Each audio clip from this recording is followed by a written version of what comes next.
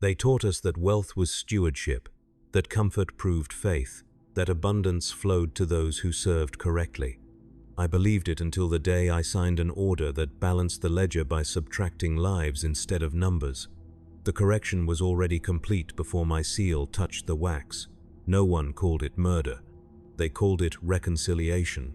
The cathedral ceiling rose 300 feet above the ledger tables, its fretwork carved from single slabs of imported alabaster, each panel etched with the names of tithes rendered across 7 generations. My family's crest occupied the 9th arch from the eastern wall. I could see it without raising my head. The light from the stained glass fell across the parchment in blocks of red and violet, turning the ink to jewel tones as I pressed the seal into warm wax. The ledger closed with a sound like a door locking. Around me, 63 servitors stood in perfect rows, their augmetic eyes fixed on the tallies they had recorded throughout the quarter. Their breathing was synchronized to the rhythm of the chant the priests were singing, a low monotone that vibrated through the polished stone beneath my boots.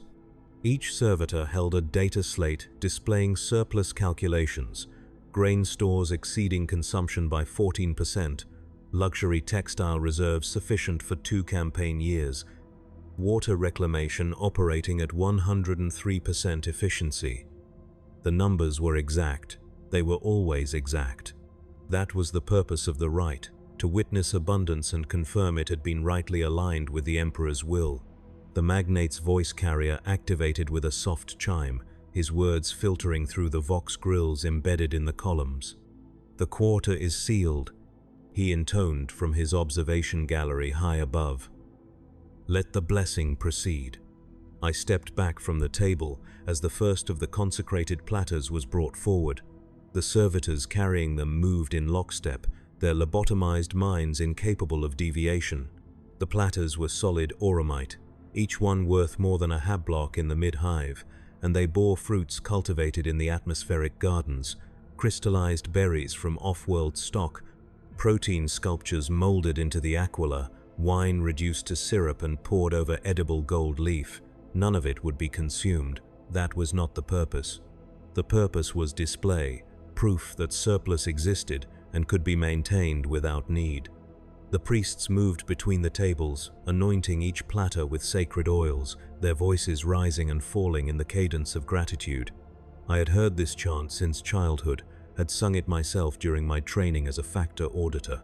The words spoke of wealth as stewardship, of abundance as evidence of proper faith, of the Emperor's favor manifest in unbroken supply lines and undiminished coffers. My bloodline had upheld this duty for 6 generations, witnessing surplus and sealing ledgers, ensuring the records remained pure and the hierarchy intact. It was a sacred trust. It was safety. The first miscount appeared in the 3rd servitor's tally. A fractional discrepancy in the textile reserves, less than 1%, but enough to trigger the corrective protocols. I saw it immediately. So did the overseers. No one spoke. The corrective rite was automatic, encoded into the ritual structure itself. I watched as 2 attendants in crimson robes approached the row of living retainers standing along the eastern wall, household staff who had served during the quarter and were present to witness the consecration. The attendants gestured to 3 of them, a seamstress and 2 cleaners, and led them quietly toward the service entrance behind the choir gallery. The hymn did not falter. The priests continued their blessing without pause. I stood at the ledger table, seal still warm in my hand, and understood that the correction was already enacted. The numbers would balance, because the surplus had been reconciled through subtraction. The retainers would not return. Their rations would be redistributed, their chamber assignments voided, their names struck from the household registry before the night cycle ended. It was efficient, it was necessary. The ritual's perfection depended upon it. I signed the amended tally as the priests reached the final verse, their voices swelling to fill the cathedral space. The incense thickened, obscuring the upper vaults in fragrant smoke. My signature was witnessed by 12 scribes, recorded by 6 servitors, and sealed beneath the magnate's own crest in red wax, impressed with his gene sigil. The ledger was closed. The quarter was pure. Above us, the stained glass shimmered with reflected candlelight, and I felt the reassurance I had always felt at the conclusion of these rites, that order prevailed, that abundance was preserved, that my role in maintaining it was sacred and correct. The retainers did not scream. There was no need. The system had already accounted for them. I returned to my chambers as the evening bells tolled across the spire, their resonance traveling through the structural supports and into the soles of my feet.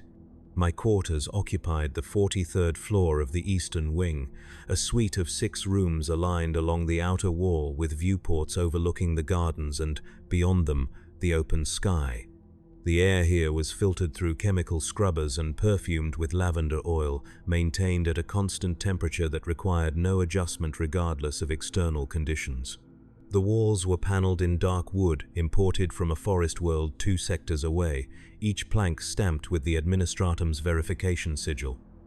The floor was inlaid marble, cool even through my slippers, polished to a mirror finish that reflected the glow of the lumen strips recessed into the ceiling.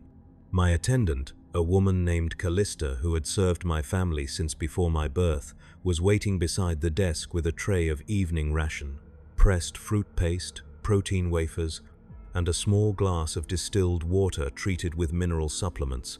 She did not speak as I entered. Speech was unnecessary. She had prepared the same meal at the same hour for 20 years. Deviation was not contemplated. I sat at the desk and activated the data slate containing the next shift's assignments. My role as hereditary factor auditor required daily review of resource allocations across the magnate's holdings, which spanned 17 districts within the upper hive and controlled water distribution, atmospheric regulation, and textile production for a population I had never been required to count. The numbers were sufficient. Population metrics were managed by the administratum's census servitors, whose reports arrived monthly in encrypted data bursts. My concern was surplus, not scarcity. My duty was preservation, not distribution. The slate displayed tomorrow's tasks in order of priority: inspection of the atmospheric gardens at dawn, review of petition vox from the mid-hive during second shift, attendance at an instruction rite for the magnate's heirs in the evening, and final approval of monument construction permits before the night cycle. Each task was bound by prayer bells that regulated the spire's daily rhythm, dividing time into sanctified segments that ensured no moment was wasted on contemplation unguided by ritual. The structure was ancient, inherited from generations of faithful stewards who had learned that order required repetition and that repetition required enforcement. I consumed the evening ration without tasting it. Callista removed the tray and departed in silence, sealing the door behind her. Through the viewport, I could see the gardens below, their bioluminescent flora glowing faintly in the twilight, and beyond them the edge of the spire's foundation, where the architecture dropped away into the vertical expanse of the hive. Somewhere far below, 8 miles down through processed air and reinforced structure, the mid-hive continued its labor. I had been taught that the separation was necessary, that altitude was not privilege but duty, that those who managed abundance must remain insulated from the chaos abundance prevented. I had never questioned it. My training had been thorough, conducted by tutors who had themselves been trained in the principles of stewardship as virtue. Wealth, they explained, was not comfort but responsibility. Luxury was not indulgence, but proof of alignment with the emperor's design. Every silk garment, every filtered breath, every moment of peace was evidence that the Imperium's promise functioned. Obey, tithe, and your household will endure. Disorder existed below because faith was incomplete there, because the lower tiers had not yet learned the discipline required to elevate themselves. Our role was to maintain the example, to demonstrate that purity and prosperity were inseparable. The doctrine was clear. Suffering was correctable through obedience. Hunger was a failure of faith, not supply. The Imperium provided for those who served it correctly, and the spire's abundance was proof that we had served correctly across generations. The lower hive's struggle was their own, a test they would overcome through prayer and labor, just as our ancestors had done when they first earned the magnate's trust. The system was just. The system was eternal. The system rewarded those who submitted to it completely. I deactivated the slate and prepared for rest, removing my formal robes and folding them across the chair in the manner prescribed by household custom. My bed was draped in silk sheets, treated with antibacterial agents, the mattress filled with synthetic down that conformed to my weight without resistance. I lay down and closed my eyes, listening to the faint hum of the air filtration system and the distant echo of the evening hymns rising from the chapel 3 floors below. Sleep came easily. It always did. There was no reason for it not to. The dawn bell woke me at the 6th hour, its tone pure and unwavering. I dressed in the inspection robes Callista had laid out during the night, heavy fabric dyed in the magnate's colors, lined with thermal regulators to maintain comfort regardless of the garden's variable temperature. The gardens occupied the 37th through 40th floors, a vertical terrarium sustained by imported soil, artificial sunlight, and atmospheric controls calibrated to replicate the conditions of a dozen different biomes. They were the magnate's personal indulgence, a demonstration of wealth sufficient to sustain beauty for its own sake. I arrived as the sun lamps activated, flooding the transparent ceiling with simulated dawn. The air was humid, thick with the scent of engineered blooms and nutrient mist. The garden's central path wound through clusters of flora arranged by color and height, crimson fire orchids from a death world whose name I had forgotten, azure ferns that thrived in low gravity, fractal vines engineered to grow in perfect geometric spirals. Servitors moved between the beds, their pruning shears clicking in rhythm, their lobotomized minds incapable of appreciating what they tended. The head gardener, a man named Oryx who had held the position for 30 years, met me at the inspection station. His hands were stained green from constant contact with the plants, his augmetic eye replaced after an incident involving toxic pollen.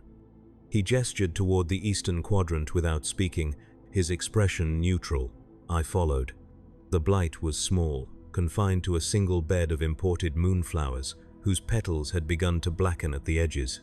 The discoloration was faint but unmistakable, a fungal infection that could spread if not contained immediately. Oryx had already prepared the corrective measures. The infected plants would be incinerated, the soil sterilized, and the bed replanted within the cycle. Standard protocol, necessary maintenance. The gardeners responsible for this section, Oryx said quietly, his voice flat, will be reassigned. I understood what he meant. The blight had occurred under their watch. The garden's perfection was maintained through absolute accountability. Failure, even minor failure, could not be tolerated because tolerance permitted decline, and decline threatened the system's stability. The gardeners would not be punished in the traditional sense. They would be recycled. Their biomass would be processed through the nutrient reclamation systems and redistributed to the garden itself, their proteins broken down and reconstituted as fertilizer. It was efficient. It was sanctioned. It ensured nothing was wasted. I signed the corrective order on the data slate Oryx offered. My signature authorized the removal, the processing, and the replanting. The gardeners were already being escorted to the reclamation facility by the time I reached the next inspection point. I did not see them leave. There was no need. The system functioned without observation, its mechanisms too deeply embedded to require constant supervision. The smell reached me as I examined the moonflower bed. Beneath the incense and floral sweetness, there was something organic and wrong, the scent of decay masked but not eliminated. I breathed through my mouth and moved on, completing the inspection according to the prescribed route. Every plant was catalogued, every variance documented, every corrective measure approved. By the time I reached the exit, the blight had been excised, and the gardeners had been rendered into solution. The garden remained perfect. I returned to my chambers during the second shift and activated the Petition Vox terminal. The screen filled with requests transmitted from the midhive, messages recorded by administratum clerks and forwarded for review by those with the authority to approve or deny relief. The magnate's standing order was clear. Petitions were to be processed as demonstrations of imperial mercy, symbolic gestures that reinforced hierarchy without disrupting resource allocation. Actual relief was managed by the Administratum's logistics division, whose calculations determined distribution based on production quotas and population control requirements. The first petition was a request for additional grain shipments to District 47, where recent rationing had reduced daily intake below sustainable levels. The request included data on increased illness, declining productivity, and 3 documented fatalities from malnutrition-related complications. The petitioner's voice was thin, transmitted through a degraded Vox unit that crackled with interference. He spoke the ritual phrases, invoking the Emperor's mercy and the magnate's benevolence, his tone flat with exhaustion. I reviewed the supporting data. District 47's current allocation was within Administratum guidelines, calibrated to maintain population stability without excess. The fatalities were statistically acceptable, projected losses that fell within normal variance for a population of that size and density. Increasing grain shipments would require rerouting resources from the ceremonial reserves designated for upcoming festival processions, which were themselves crucial to maintaining morale and demonstrating the Imperium's strength. I approved the petition with a notation: grain shipments would be increased symbolically, a single additional delivery time to coincide with the next prayer festival, distributed publicly to reinforce the magnate's generosity. The actual caloric increase would be negligible, less than 2% across the district's population, but the spectacle would be recorded and broadcast throughout the midhive. The petition was processed. The system continued. The second petition requested medical supplies for a clinic treating radiation sickness in the lower industrial sectors. The third requested repair materials for a collapsed hab block. The fourth requested increased water rations for a district suffering equipment failure in its reclamation systems. I processed each one according to protocol, approving symbolic gestures, denying requests that would destabilize resource chains, and forwarding others to departments with more specific jurisdiction. The voices blurred together, indistinct and identical in their desperation. The monitoring sigil in the corner of the screen pulsed green, indicating that my session was being observed and recorded by the Administratum's compliance servitors. Every decision was logged, every approval measured against quotas, every denial justified by precedent and doctrine. There was no room for improvisation. Deviation triggered review, and review meant interrogation of motive, which was itself a form of suspicion. I had been trained to process petitions without emotional interference, to recognize that compassion untempered by logistics was a failure of duty. The hymns from the chapel below filtered through the walls, a constant reminder that every action occurred within the Emperor's sight. I continued processing, my hands moving across the terminal's input keys in rhythm with the chant. By the time the shift ended, I had reviewed 43 petitions, approved 9 symbolic responses, denied 22 outright, and forwarded 12 to departments that would deny them using different language. The screen went dark. The work was complete. I ate the midday ration Callista provided and reviewed the evening's assignment. Attendance at an instruction rite for the magnate's heirs. The rite was conducted monthly, a formalized education session designed to prepare the next generation for their eventual assumption of stewardship duties. My role was observational, witnessing the instruction to ensure doctrinal compliance and recording any deviations for review. The session was scheduled to begin at the 18th hour in the Eastern Instructional Chapel, a small chamber reserved for private education. I arrived early, taking my position along the rear wall where I could observe without interfering. The chapel was austere compared to the Grand Cathedral, its walls bare, except for a single mosaic depicting the Emperor enthroned above a pyramid of supplicants.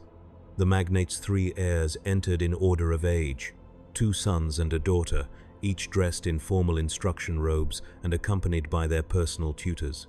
They seated themselves at desks, arranged in a semicircle facing the front of the chapel, where a lectern had been prepared with instructional materials. The lead tutor, A skeletal woman named Verane, whose augmetic vocal cords gave her voice a metallic rasp, activated the lesson's first display. The screen showed a simple equation: resources divided by population, with variables for consumption rate, waste coefficient, and reserve requirements. The heirs copied the formula into their own slates, their styluses scratching against the surfaces in unison. "Scarcity," Verane began, "is mathematics.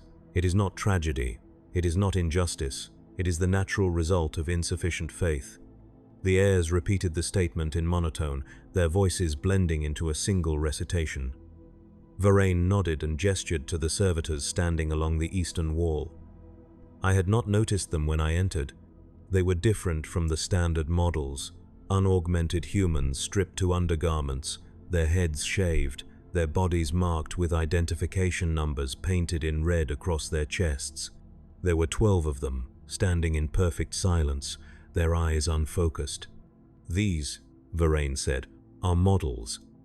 They represent population segments requiring correction. Observe." She activated a control rod, and the first model stepped forward.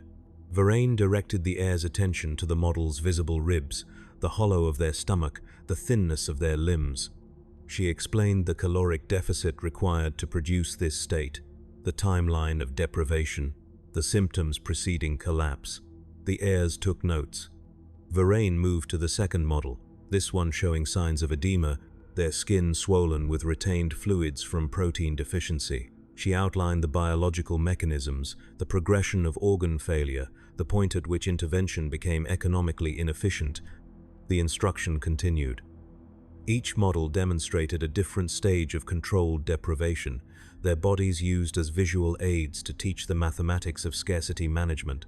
The heirs asked questions in the clinical tone they had been trained to use, inquiring about optimal rationing thresholds, acceptable mortality rates, and the correlation between hunger and compliance.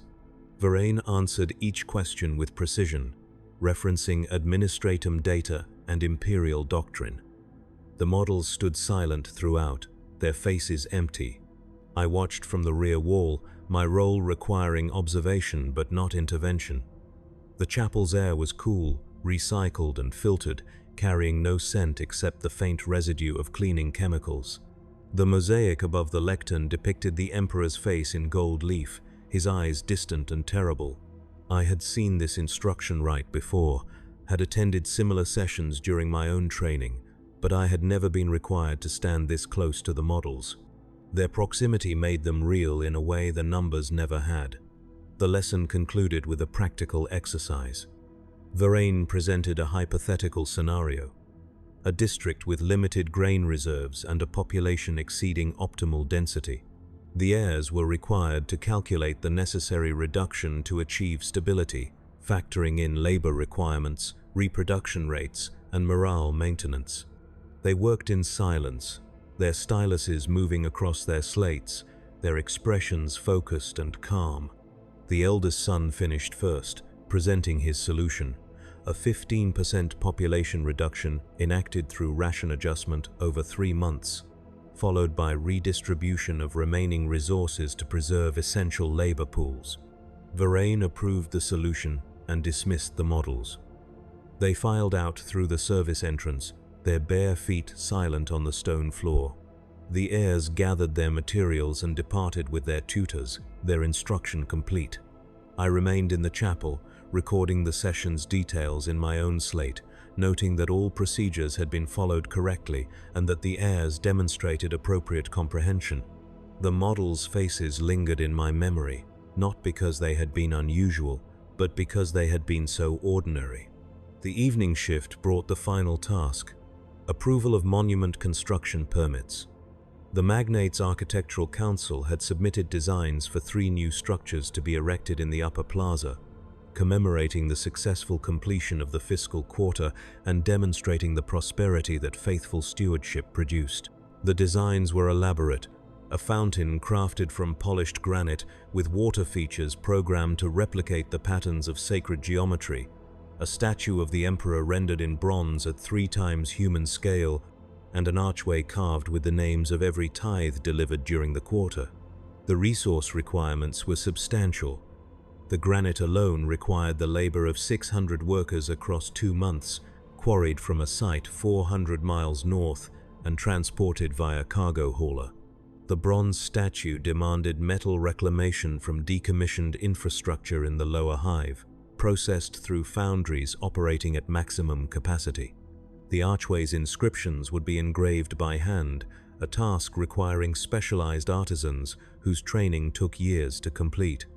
I reviewed the budgets line by line, cross-referencing them against surplus projections and reserve thresholds. The monuments would consume resources that could, theoretically, be distributed as relief to the districts petitioning for aid. The grain stored in ceremonial reserves could feed thousands. The metal could repair hab blocks. The labor could be redirected to infrastructure maintenance. But that was not the purpose of surplus. Surplus existed to be preserved, and preservation required immobilization. Wealth that circulated could destabilize. Wealth locked into stone and metal remained controlled, a permanent demonstration of order that could not be diluted or redistributed. I signed the permits. The construction would begin at the next dawn cycle, the workers already assigned, the materials already allocated. The monuments would stand for generations, proof that the Imperium's promise had been fulfilled, that abundance was possible for those who submitted completely to its logic. The petition vox voices requesting grain would continue transmitting. The districts would continue waiting. The system would continue balancing. The night cycle descended. I stood at the viewport in my chambers, looking down at the gardens where the bioluminescent flora pulsed in soft waves of blue and green. Somewhere in those beds, the gardeners I had authorized for recycling had been reduced to their component elements, their proteins already feeding the roots of the plants they had failed to protect. The thought did not disturb me. It was correct. It was necessary. The garden remained perfect, and perfection required absolute accountability. I lay down to sleep, the silk sheets cool against my skin, the air perfectly regulated, the distant hymns filtering through the walls like a lullaby. My last thought before unconsciousness was the same thought I had every night, that I was safe, that my bloodline was preserved, that the system functioned exactly as it should. The corrections were not cruelty, they were maintenance, and maintenance was sacred. The weeks passed in rhythm with the prayer bells, each day structured identically to the last, each task completed according to protocol. I conducted inspections, processed petitions, attended instruction rites, and approved construction permits. The monuments rose in the upper plaza, their forms taking shape beneath scaffolding and prayer cloth. The gardens remained pristine, the ledgers balanced. My signatures accumulated across documents and data slates, each one a small act of compliance that reinforced the system's continuity.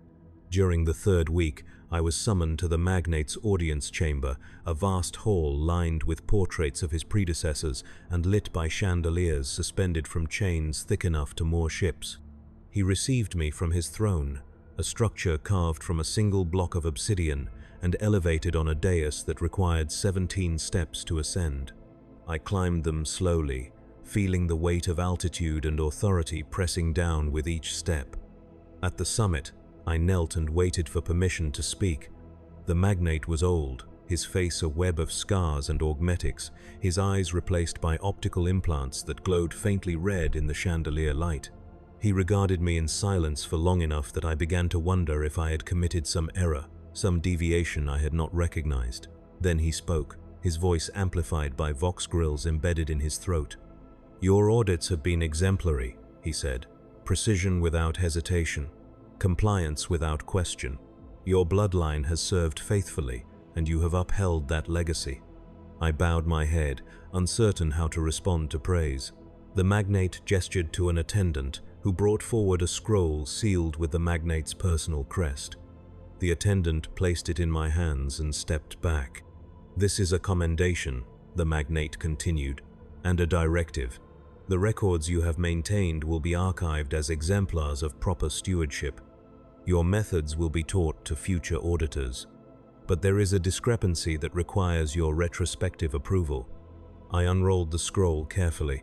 The parchment was thick, treated with preservatives to ensure longevity. The text outlined a resource reallocation that had occurred during the previous quarter before my most recent audits. A shipment of medical supplies designated for the mid-hive had been diverted to the upper spire's reserves, the decision made by a logistics officer who had since been transferred.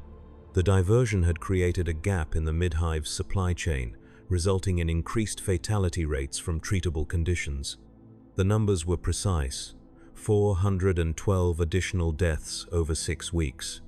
The directive required my retroactive approval, a signature that would validate the reallocation and close the administrative loop. The logistics officer's transfer had left the decision legally incomplete, a procedural gap that needed filling. My signature would not change what had happened. The deaths had already occurred. The supplies had already been consumed. But the record required correction, and I was the auditor responsible for that quarter's documentation. I hesitated. The magnate watched me, his augmetic eyes unblinking. The attendant stood motionless. The chandeliers swayed slightly in the filtered air, their light casting shifting shadows across the portraits on the walls. I thought of the petition vox, the voices requesting medical aid that I had processed and denied. I thought of the instruction rite, the models standing silent while their bodies were used to teach mathematics. I thought of the gardeners recycled into nutrients, their removal necessary to preserve beauty. I signed the scroll. The magnate nodded, his expression unchanged. "The record is corrected," he said. "You are dismissed." I descended the 17 steps, the scroll sealed, and returned to the attendant. My signature now part of the chain of authority that validated the deaths of 412 people I would never know. The audience chamber doors closed behind me with a sound like a vault ceiling. I returned to my chambers and resumed my duties. The prayer bells tolled. The system continued. That night, I reviewed archived ledgers, a task not required by my daily assignments, but one I felt compelled to undertake. I accessed records spanning the previous campaign year, tracing resource flows and surplus calculations across 12 months of audits. The patterns emerged slowly, visible only in aggregate. Every quarter ended with surplus converted to monuments or reserves. Every surplus calculation triggered corrective reallocations. Every correction involved subtraction from populations that petitioned for more but received symbols instead. The deaths were not random. They were calibrated. The hunger was not accidental. It was engineered. The system did not fail to provide relief. It provided exactly the amount of relief necessary to maintain compliance without reducing scarcity. Scarcity was the mechanism. Compliance was the outcome. And my role, the role of every factor auditor, was to ensure the mechanism remained invisible, buried beneath ritual and doctrine, its outputs justified by faith and necessity. I deactivated the archive terminal and sat in darkness, listening to the hymns from the chapel below. The words were familiar, praising the Emperor's wisdom and the Imperium's eternal order. I had sung them myself, had believed them without reservation. I still believed them. That was the horror. The system was not corrupt. It was functioning perfectly. The suffering was not a failure. It was the design. The gardens needed their corrections, the monuments needed their labor, the spire needed its altitude, and the lower hive needed its hunger, because hunger made obedience easier, and obedience made the system stable. Stability preserved the hierarchy. The hierarchy preserved us, and we, the auditors and stewards and faithful servants, preserved the system by never questioning what preservation required. I returned to my duties the next morning, conducting inspections and processing petitions, signing permits and attending rites. The routine absorbed me, its repetition soothing in the way ritual always was. I did not think about the archived ledgers. I did not think about the models in the instructional chapel. I did not think about the 412 deaths my signature had validated. Thinking changed nothing. The system did not require my understanding, it required my compliance. The fiscal quarter approached its end, and preparations began for the next consecration rite. The servitors polished the cathedral's alabaster panels until they gleamed. The priests rehearsed their hymns. their voices blending into harmonies that echoed through the spire's vertical expanse. The ledgers were prepared, their pages blank and waiting for the quarter's final tallies. I would stand at the table again, seal in hand, and witness abundance sanctified. The ritual would be perfect. It always was. But something had shifted. Not in the system.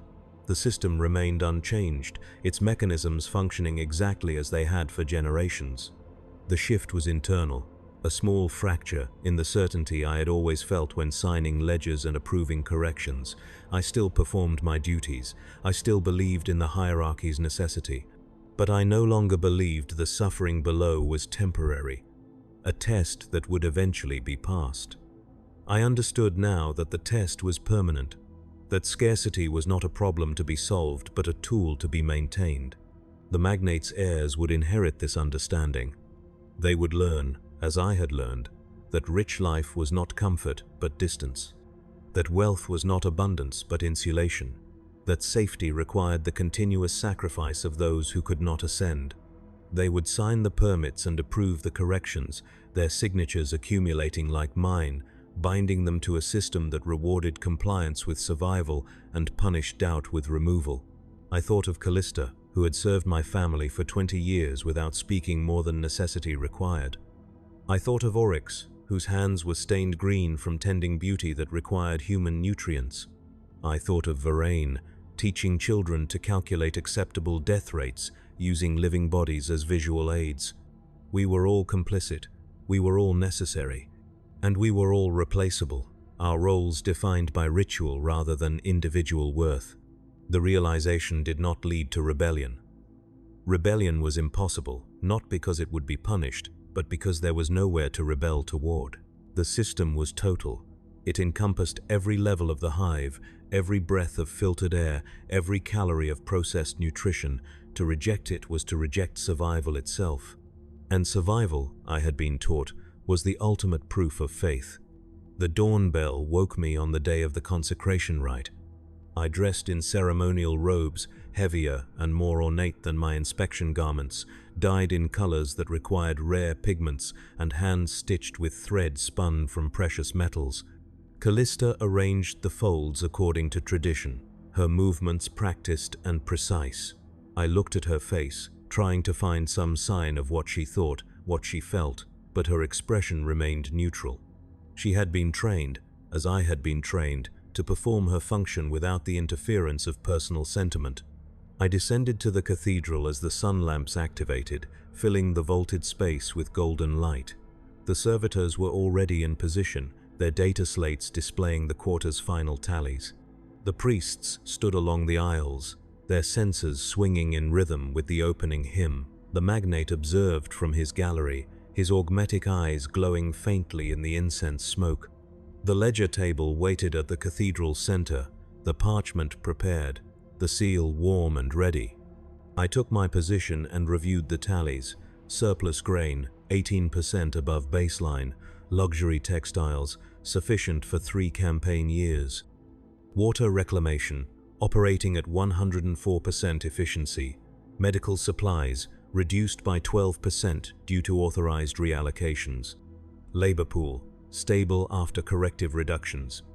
Monument construction, on schedule within approved budgets. Every number was exact, every calculation verified. The quarter had been managed correctly. The consecrated platters were brought forward, their contents displayed for blessing. The priests anointed them with sacred oils, intoning prayers of gratitude for abundance rightly aligned with the emperor's will. The hymns swelled, filling the cathedral with sound that vibrated through the stone and into my bones. I pressed the seal into warm wax, closing the ledger with a sound like finality. The quarter was sealed. The ritual was complete. No corrections were required this time. The numbers balanced without subtraction. The retainers along the eastern wall remained in place, witnesses to surplus that needed no reconciliation. I felt no relief. The absence of correction did not mean the system had changed.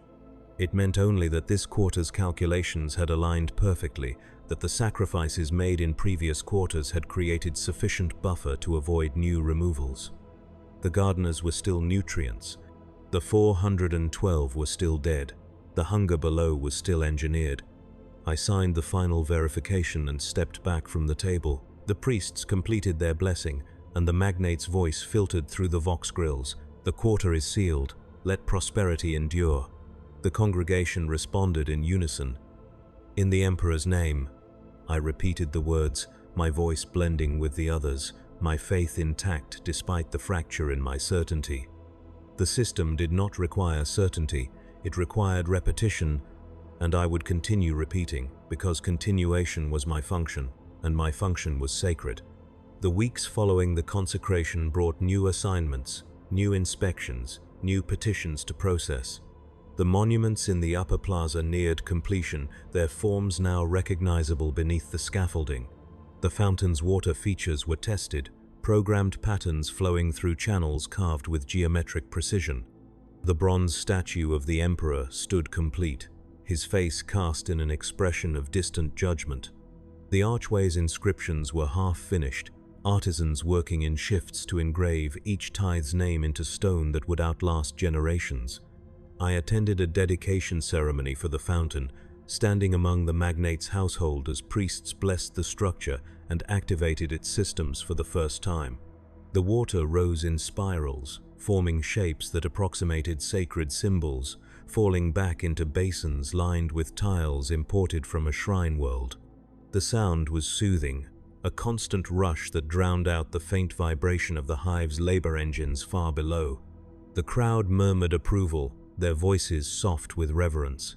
The magnate himself descended to touch the fountain's edge, his hand leaving a wet print on the polished stone. "This," he announced, his voice amplified across the plaza, "is proof of what faith achieves. Order, beauty, endurance." The crowd echoed his words, and I found myself speaking with them, the phrases automatic.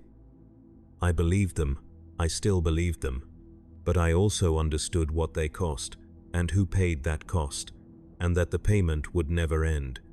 During the following shift, I received a message from the Administratum's Personnel Division, a formal notification delivered via encrypted data burst. The message was brief. I had been selected for advancement into a higher trust, a position of increased responsibility and honor. The new role required relocation to the archive vault, a sealed facility within the spire's core where historical records were maintained and sensitive audits conducted away from public observation. The reassignment would take effect immediately, pending final authorization from the magnate himself. I read the message 3 times, searching for details that were not provided. The archive vault was known to me only through rumor, a place where the most trusted auditors were sent to manage information too critical for general access.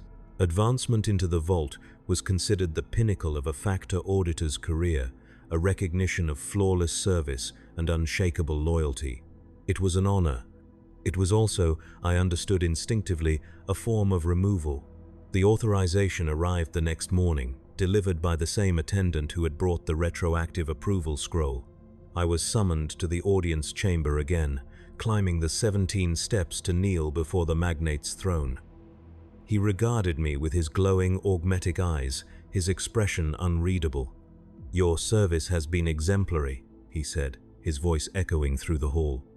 "Too valuable to risk through continued exposure to operational complexity. The archive vault requires precision without distraction, faith without contamination. You will continue your work there, removed from the inefficiencies that accompany broader responsibilities."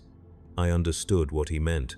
I had seen too much, not enough to question, but enough to hesitate, and hesitation was inefficiency. The vault would narrow my focus, limiting my access to information that might foster doubt. It was not punishment. It was prophylaxis, a correction applied before deviation became visible. "I am honored," I said, because that was the required response. The magnate nodded. "The transition will be conducted with care. Your memory indices will be reviewed to ensure optimal retention of necessary skills while reducing cognitive burden. Your personal servants will be reassigned to preserve operational continuity. A Medicae will administer adjustments to ease the transition, You will be prepared thoroughly. Memory indices, cognitive burden, adjustments. The language was clinical, bureaucratic, but I understood its meaning. They would edit me, selectively erase experiences that contributed to inefficiency, preserve skills while removing context, reduce me to function without the weight of accumulated observation. It was sanctioned, it was necessary. It was how the system maintained itself. When? I asked. Now, the magnate said. The attendants moved before I could respond, their hands firm on my arms, lifting me to my feet and guiding me down the steps. I did not resist. Resistance was not contemplated. The hall's doors opened, and I was led through corridors I had never seen, descending deeper into the spire's structure, past checkpoints guarded by armed servitors, through sealed hatches that required gene sigil authorization. The air grew cooler, the light dimmer, the silence absolute except for the sound of our footsteps on metal grating. The Medici chamber was small and sterile, its walls lined with surgical equipment and monitoring devices.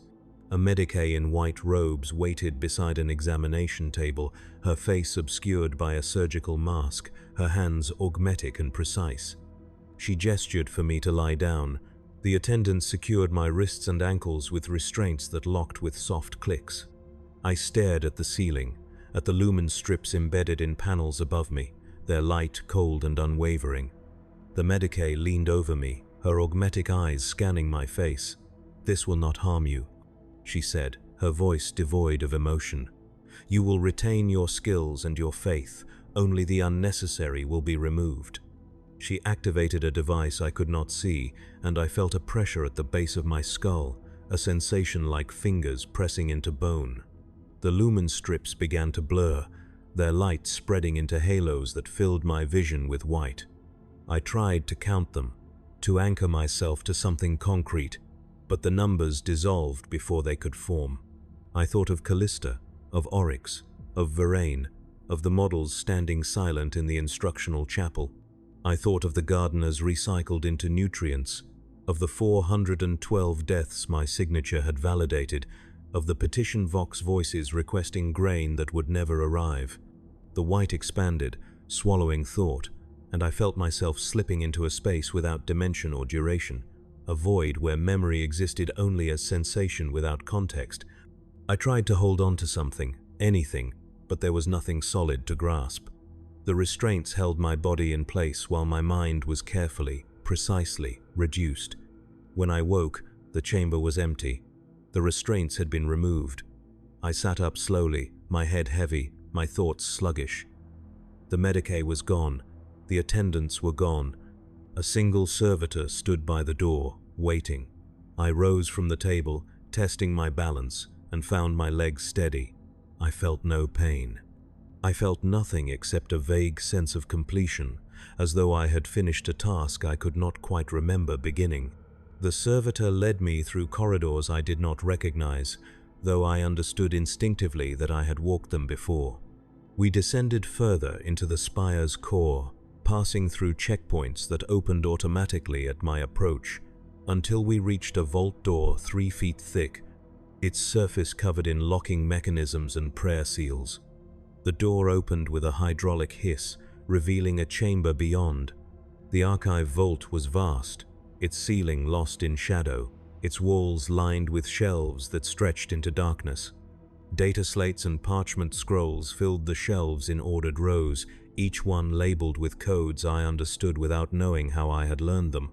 The air was dry, filtered through systems designed to preserve paper and prevent decay. The silence was total, broken only by the faint hum of the preservation equipment. I stepped inside. The vault door sealed behind me with a sound like finality.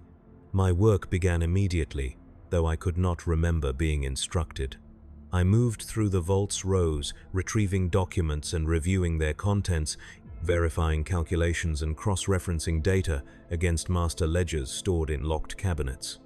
The work was familiar, natural, the same skills I had always possessed now applied in isolation. I did not question the purpose of the documents I reviewed. I did not wonder who would read my verifications. I simply worked. because work was function, and function was sacred. Time lost meaning in the vault. There were no prayer bells to mark the hours, no dawn cycle to signal rest.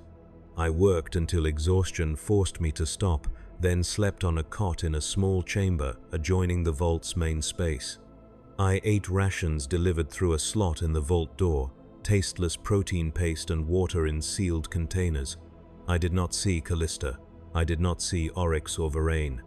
I did not see anyone except my own reflection in the polished surface of the vault door when I passed it during my rounds.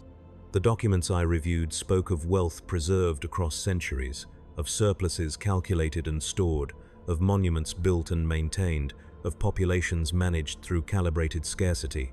The numbers were precise, the outcomes predictable. I verified each calculation, signed each verification, and filed the documents back into their designated places. The work was endless. The work was necessary. The work was all I had. Months passed, or perhaps years. I lost count. The vault's interior remained unchanged, the shelves always full, the work always waiting. I grew thinner, my body adapting to the reduced rations and constant labor. My hands developed calluses from handling parchment, my eyes strained from reading by insufficient light. I did not complain. Complaint was not contemplated.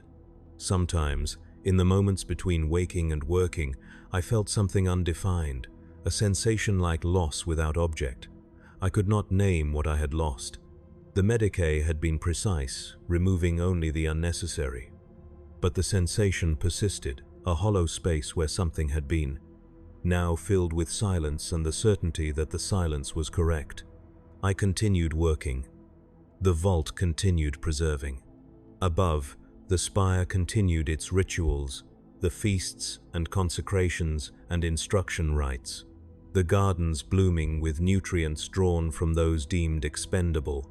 The monuments stood complete in the upper plaza, proof of prosperity that would endure for generations. The petition vox continued transmitting, voices requesting relief that would arrive as symbols rather than sustenance. The system continued balancing, surplus preserved through immobilization, scarcity maintained through faith. I understood this without needing to witness it. The documents told me everything. They showed me the patterns I had once observed during a single campaign year, now extended across decades, across centuries, repetition perfected into permanence. The rich life endured because it never touched what sustained it. Wealth remained wealth by remaining separate, elevated, insulated from the hunger it required as foundation. I filed another document, my signature joining the chain of auditors who had verified the same calculations before me, who would be replaced by others when my function ended. The vault would continue. The system would continue. And I would continue until I could not, at which point I would be removed and recycled, my biomass returned to the system that had sustained me, my name struck from registries I could no longer remember signing. The work was sacred. The work was eternal. The work was all that remained. I returned to the shelves, retrieved another ledger, and began the next verification. The numbers were exact. They were always exact. And I signed them because signing was my function, and my function was all I had left to believe in.